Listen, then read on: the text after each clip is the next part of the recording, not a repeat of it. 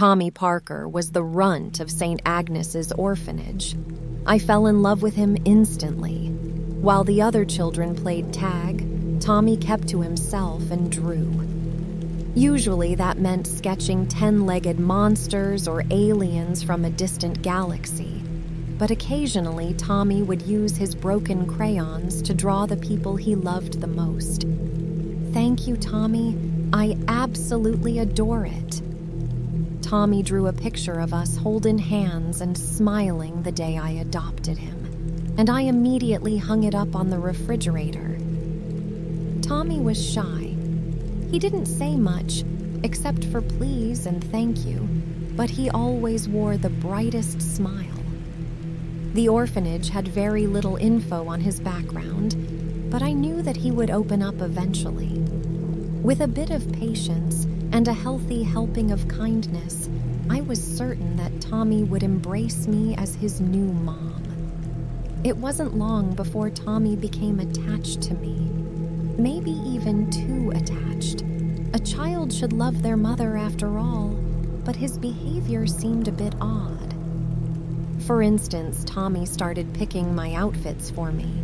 He especially liked to dress me in purple. At first, I thought it was adorable. Yeah, maybe it was strange for him to take such an interest in what a full-grown woman was wearing, but I hardly gave it a second thought. Until he started making snacks for me. Lots of unhealthy snacks, like a big bowl of ice cream with candy crushed and stirred in. Oh, Tommy, Mommy's not very hungry right now, I told him. But I made it just for you, Tommy smiled. How could I say no? Okay, I relented.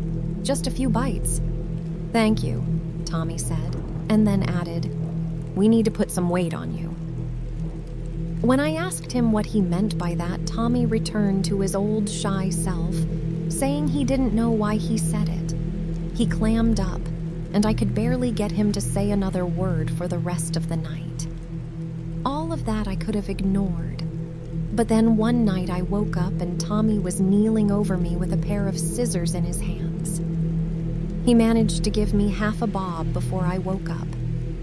Tommy cried and tried to explain that he was just giving Mommy a trim. But for once, I wasn't going to let him talk his way out of this. The hair would grow back, but what he did was dangerous. What if you accidentally cut Mommy? I asked. I was careful. What if you fell off the bed and landed on the scissors? I'm sorry. No, Tommy, I'm sorry. I'm going to have to punish you. I went to Tommy's room and opened the drawer where he stored all his coloring supplies. I started stuffing all his crayons and colored pencils into a garbage can. I wasn't going to actually throw them away. I would give them all back in a day or two after he learned his lesson, but I wanted him to know how serious this was.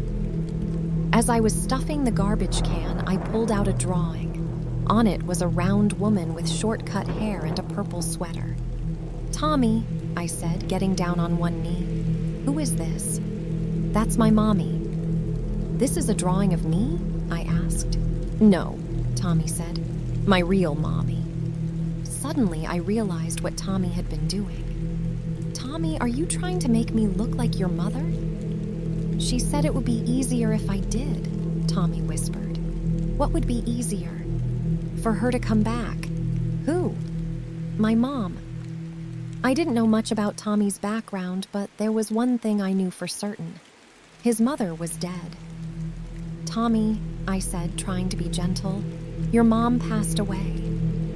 I know, Tommy said, but she loved me so much that she came back. She just needs a new body. I blamed myself for not seeing how disturbed Tommy was. But then the door to Tommy's room slammed shut. She's mad, Tommy said. She says only she gets to punish me. I stared at Tommy, dumbfounded by what just happened. Mommy says if you love me, you'll let her in so that we can be together again. I didn't know what to say. I'll have to think about it, I muttered, and then I went to bed. When I woke up in the morning, I'll admit I wondered if I should have never adopted Tommy. He was such a wonderful boy, but this business with his mother worried me. I mean, I saw the door slam. Either Tommy and I were suffering the same delusion, or his mother really had come back from the dead looking for a host to possess.